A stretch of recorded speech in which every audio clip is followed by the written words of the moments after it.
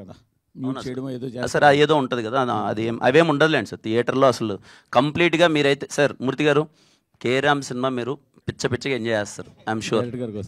Direct గారు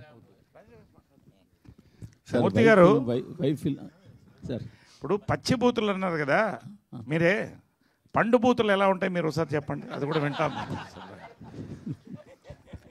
తెలియాలి కదండి మాకు అంటే పచ్చి బూతులు అంటే మన అవతల పండు బూతులు ఎలా ఉంటాయి సార్ మూర్తి గారు ఇప్పుడు ఒక నలుగురు ఫ్రెండ్స్ క్లోజ్ ఫ్రెండ్స్ మందు తాగుతూ సరదాగా అక్కడ ఏమి అమ్మాయిలు లేకుండా మాడుకుంటే ఎలా ఉంటుంది? ఒక నలుగురు అమ్మాయిలు ఓ పార్టీ చేసుకుంటా వాళ్ళు ఓపెన్గా అలాంటి దాంట్లో డైలాగులు రాసుకున్నారు కొన్ని, అవి ఏం సినిమాలో ఉండవు నాకు అనిపించింది. అది అందరికి ఫ్యామిలీ సినిమాల్లో లేనప్పుడు ట్రైలర్లో ఇప్పుడు వచ్చినాకే వచ్చిన అంటే లేడీస్ చూసినప్పుడు ఒక టీజర్ చూస్తే అరే ఇదేదో బూత్ సినిమా అని పక్కన పెట్టే అవకాశం కూడా ఉంది కదా. మీకు ట్రైలర్ టీజర్ మొత్తంలో బూతే కనపడిందా? అవును, అంత బూతులు ఎవరైనా వాడతారా? రీసెంట్ గా చూస్తే నాని అట్లా తయారయ్యి కొన్ని ట్రైలర్లో టీజర్లో సినిమాలో నాని చేశాడు. నాని తర్వాత ఈ రోజు మళ్ళీ కిరణ్ అబ్బవరం అదే ఇనిషియేటివ్ తీసుకున్నారు కదా. నాని గారా లాస్ట్ మూవీ నానిది ఏంటండి, అందులో కూడా నాని అట్లనే ఉన్నాడు, మొత్తం బూతులే మాట్లాడాడు. దీని మీద ఏమంటారు నాని గారు? సారీ సినిమా నాని గారి హిట్ అయింది కదండి ఆ సినిమా. అంటే హిట్ కాబట్టి మీరు చేశారు అలా కాదండి, లేదు నా ఎక్స్ప్లెనేషన్ ఒకసారి వినండి. నా ఉద్దేశం ఏంటంటే సమ్మతమైన సినిమా నేను ఒకటి చేశానండి, చాలా పద్ధతైన సినిమా చేసి మీకు ఎక్కడా లేకన్నా చాలా పద్ధతమైన. ఎందుకు మరి థియేటర్ అంటే ఇప్పుడు నేను తప్పుగా ఏ సినిమా గురించి నేను ఇక్కడ జడ్జ్, మీరు అదే పనిగా కిరణ్ అబ్బవరం ఇలా చేస్తాను నేను అడుగుతున్నాను. నేను రీసెంట్గా సినిమాకి వెళ్ళానండి, ఓ సినిమాకి వెరీ గుడ్ ఫిలిం, చాలా మంచిగా వెళ్ళింది. దాంట్లో బూతులకి అందరూ ఎంజాయ్ చేస్తున్నారు. డజన్ మీన్ వాళ్ళు టీజర్లో పెట్టలేదని కాదు కదండి, మీకు అర్థమైందని నేను చెప్పింది. అవి సినిమాలో ఉంటే మీకు ఓకేనా?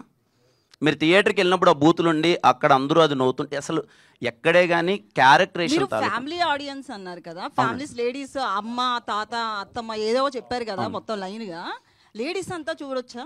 చూడలేరు కదా. లేదండి, జెన్యున్గా చెప్తున్నాను. మీరు కేరామ్ సినిమా ఇదే క్వశ్చన్ ఖచ్చితంగా నేను 1-10 సార్లు ఆలోచించుకొనే, ఎందుకంటే నేను ఇంతకుముందు ఎప్పుడు వాడలేదు, నేను 1-10 సార్లు మీరు సినిమా చూసిన తర్వాత మీకు ఏ 1% ఫీలింగ్ రాదంటే నా గ్యారంటీ అది 100% రాదు. మేము కేర్ ఎందుకు ముందు పెట్టామనడానికి రీజన్ ఏంటంటే నేను ఇంతకుముందు చేయలేదు ఇలాంటిది. వీడి క్యారెక్టరేషన్ చాలా చిల్లర్ క్యారెక్టరేషన్ మేము ప్రజెంట్ చేస్తున్నాం.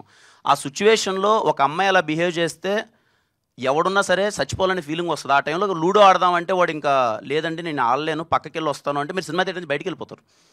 నా సిచ్యువేషన్ అలాంటిది. అప్పుడు నిజంగా నేను అమ్మాయి చేసే పనికి ఆ టైంకి అంటే ఇప్పుడు లూడో ఆడదామంటే అప్పుడు నేను 1 నిమిషం ఆగండి 10 నిమిషాలు నాకు చిన్న పని ఉందని క్యారెక్టర్ ఆ పెయిన్ ఆ టైంలో ఉంటుంది. మీకు రేపు మూవీలో చూసేటప్పుడు ఆ పెయిన్ మీకు అర్థమవుతుంది. బట్ వీఆర్ కన్సిడరింగ్ అండి, లేదండి అంటే మేము ఎన్ని చెప్పినా ఐఎమ్ కన్సిడరింగ్. ఆ చిన్న పదం ఇబ్బంది ఉంది, అది మ్యూట్ ఎలాగో అయిపోతుంది అండ్ మిగతాది అసలు ఏం లేదండి సినిమాలో. ఒక నిమిషం నేను ఒకటండి, లిటిల్ హార్ట్స్లో ఒక డైలాగ్ ఉంది, తగులుతుంది కొంచెం ముందు జరగని. లే సెన్సార్ మరి యాక్సెప్ట్ చేశారుగా, అంటే ఫ్యాక్ట్, అది ఉన్న ఫ్యాక్ట్, అది ఫ్యాక్ట్ అండ్ ఫ్యాక్ట్గా చెప్పారు. అంటే ఏదది ఇప్పుడు ఫర్ ఎగ్జాంపుల్ ఒక్క నిమిషం ఇంకో 30 years గ్యారంటీ. ఒక నిమిషం చాలా సీరియస్గా మాట్లాడుతున్నా, నేను జోక్ చేయట్లేదండి. ఇప్పుడు 1993 అనుకుంటా చిత్రం బళారే విచిత్రం అంటే 35 ఏళ్ల క్రితం నేను లేడీ గెటప్ వేసుకుని లేడీస్ బాత్రూంలో మొగలు ఆ లేడీస్ బాత్రూంలోకి వెళ్తా. బయట లేడీస్ పరిగెట్టుకు వస్తారు, బయటకు వచ్చి ఏంటి ఎంతమంది పరిగెడుతుంది అంటే పాము కనపడింది అంట. సెన్సార్ ఏమన్నారు, పాము మాత్రం తీసేయండి అన్నారు. ఎందుకు చెప్తున్నానంటే మొత్తం థియేటరు ఆ పాము అన్న సౌండ్ లేకపోయినా ఎంజాయ్ చేశారండి. ఫ్యామిలీస్ అందరూ వెళ్ళారు కదా. అంటే what our hero is trying to say is are we are trying to say is, ఇది ఏదో సొసైటీకి మనం చెప్పట్లేదండి. సొసైటీలో వాళ్ళు ఎలా ఉందో దాన్ని ఒక యథార్థంగా సినిమా తీసాం. సిచ్యువేషన్ ఆఫ్ ఇవాళ లస్ట్కి లవ్కి ఇన్ఫాక్చుయేషన్కి తేడా తెలియకుండా వెళ్తున్నారండి జనాలు. There are different characters. అలాంటి ఒక క్యారెక్టర్ని చెప్పాలని డైరెక్టర్ ట్రై చేశాడు. అది ఎలా చెప్పాలో చెప్పాము. మీరు సినిమా చూడండి, సెన్సార్ ఏం కట్ చేస్తారో లేదో తర్వాత చూద్దాం. That's all. Thank you.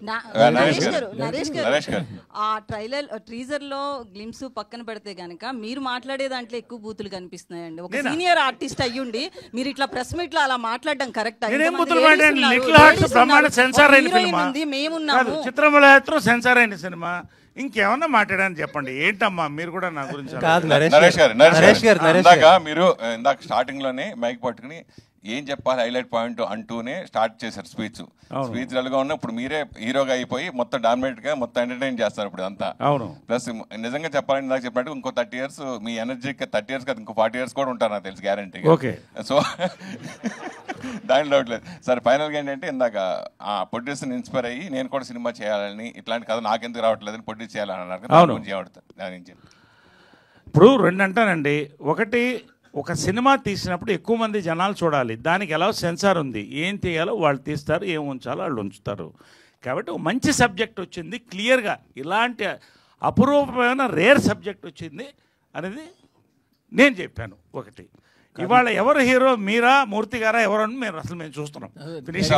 అంటే మీరు ఇన్స్పైర్ అయినాక మీరు ప్రొడక్షన్ మళ్ళీ స్టార్ట్ చేసే అవకాశం ఉంది. మళ్ళీ ఇప్పుడు ప్రొడక్షన్ ఎప్పుడు చేస్తూనే ఉంటాం. మంచి కథ కోసం చూస్తున్నాం. అదే చెప్పాను నేను. మాకు మంచి కథలు ఉంటే ఇవ్వండి అని చెప్పాను. బస్ డైరెక్టర్ హీరో గారు మీరు అంటే వైబ్ ఫిల్మ్ అని చెప్తున్నారు.